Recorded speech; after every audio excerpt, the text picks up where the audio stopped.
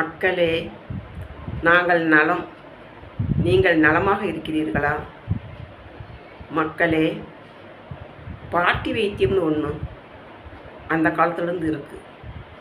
அதை 1 2 சொல்கிறேன். இப்போ ஜலதோஷம் பிடிச்சின்னு வைங்க. இத்தினோண்டு ஒரு பிஞ்சு அளவுக்கு இஞ்சி துண்டு, 4 மிளகு, ஒரு வெத்தலை, 2 சீரகம், 2 கிராம்பு, ஒரு ஏலக்காய், வீட்டில் துளசி செடி இருந்தால் ஒரு 10 துளசி இலை, ஓமவல்லி செடி இருந்தால் ஒரு 2 ஓமவல்லி இலை, இல்லாத போனாலும் பரவாயில்லை, மற்ற பொடிகளை போட்டு நல்லா நச்சு 2 டம்ளர் தண்ணி ஊற்றி அடுப்பில் சிம்மில் கொதிக்க வச்சு அதை குடிச்சிங்கன்னா கொஞ்சம் கொஞ்சமாக குறையும். ஒரு வேளைக்கு சொல்கிற மருந்து இது.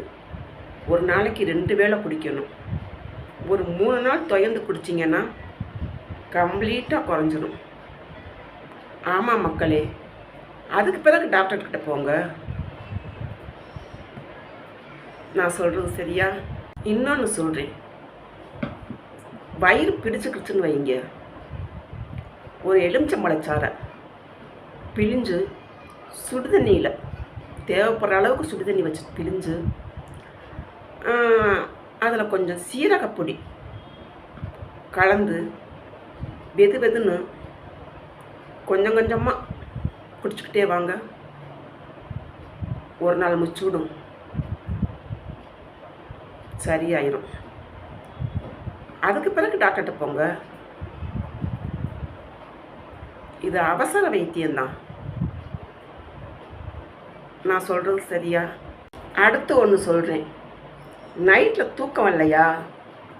தூங்குறதுக்கு முன்னாடி ஒரு டம்ளர் சுடுதண்ணியில் கொஞ்சம் சுக்கு பொடி, ஒரு சிட்டிகை மிளகு பொடி, 2ஐயும் ஒன்றா கலந்து வெது வெதுன்னு குடிச்சிட்டு அசந்து படுங்க. நல்லா தூக்கம் வரும். மனசும் சாந்தமாக இருக்கும், அசந்த தூக்கமும் வரும். செஞ்சு பாருங்களேன். தொண்டை கரகரப்பா வெது வெதுப்பான சுடுதண்ணியில் கொஞ்சம் உப்பை போட்டு வாய் கொப்பளிங்க. மனசுக்கும் தொண்டைக்கும் ரொம்ப இதமாக இருக்கும். தலைவலியா